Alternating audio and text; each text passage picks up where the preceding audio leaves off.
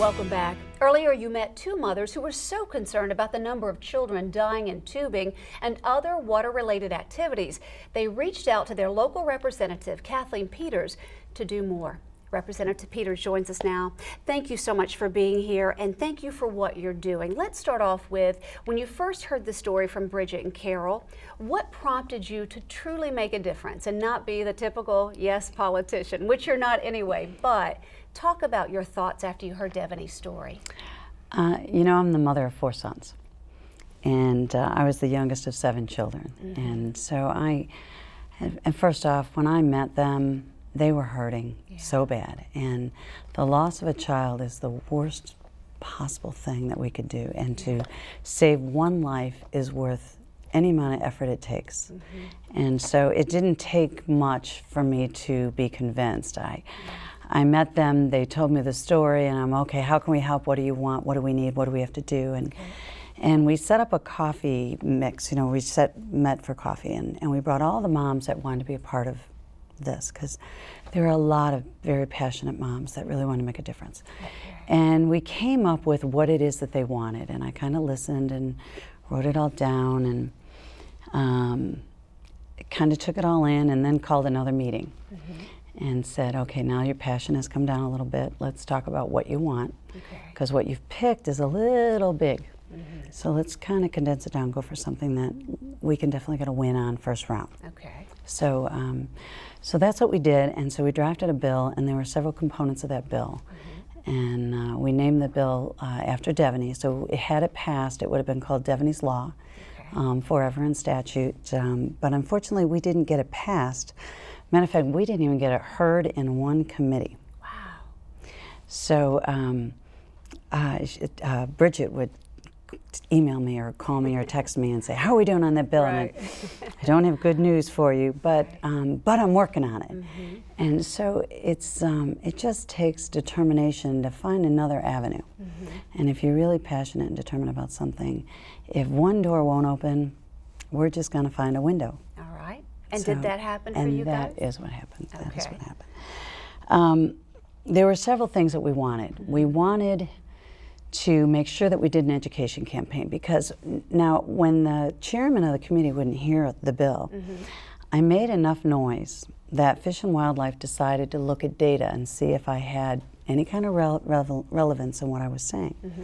And what they found was, in all towing incidences, whether it's towing with a knee board or with skis or with tubes, 89% of all accidents and fatalities happened while being pulled on tubes. And so it was clear right then that we had to do something, because when you're being towed by a tube, not only does the tube not have brakes, you can't control how you steer it. You can't suddenly stop it or turn it a different way or any other direction. The number of what's causing the injuries or fatalities is the tubes are colliding with trees along the shoreline. Docks is the number one, other boats, and channel markers.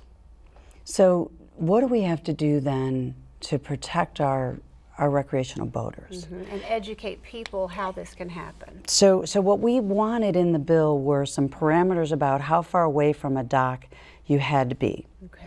We also wanted an education campaign, and we also wanted boaters to be aware that if they allowed anyone to drive their boat, that the person driving the boat must have taken the certification course.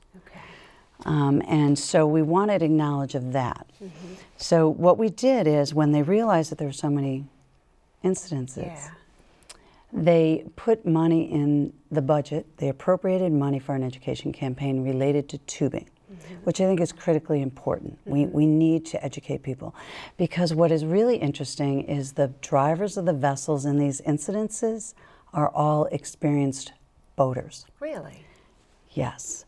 So even if they're experienced boaters, they're still either showing off to their friends on the shoreline or their friends at home in the backyard by the dock, and they're getting too close to those structures, and they're just assuming, I'm a safe boater, I'm good, I know what I'm doing. And sometimes you hit a wake wrong, or you hit something wrong, and you just don't have control. So, so it was critically important that we even educate experienced boaters. So we did get the appropriation. They have put together a PSA, and I'm very proud of that.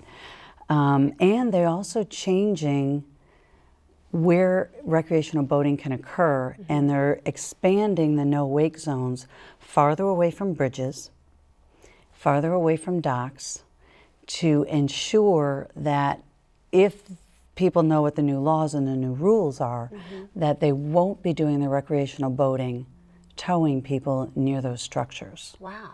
Okay. So without passing a law, we were successful at getting some rules changed, Excellent. getting some money appropriated to do an education campaign, and we're still working on maybe a check-off system so that when you re-register your boat, you have to check off on your form that yes, you are aware that any driver must be certified. Okay.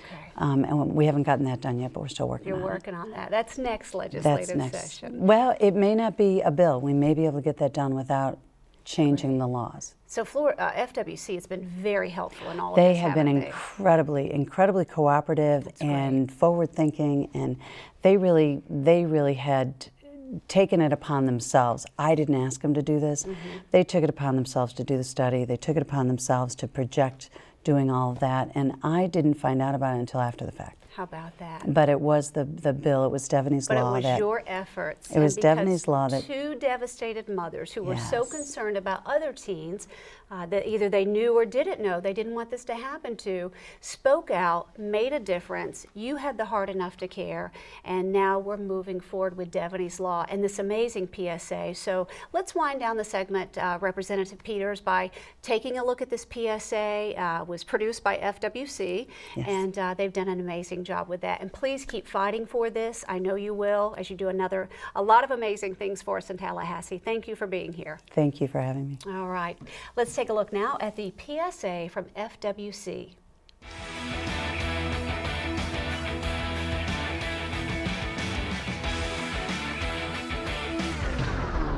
Looks like he's having fun, doesn't it? All he can really do is hold on and enjoy the ride. He's not in control of where he goes. I am. And I'm not going to put him at risk by swinging him into boats or docks or anything else. That way we can keep having fun.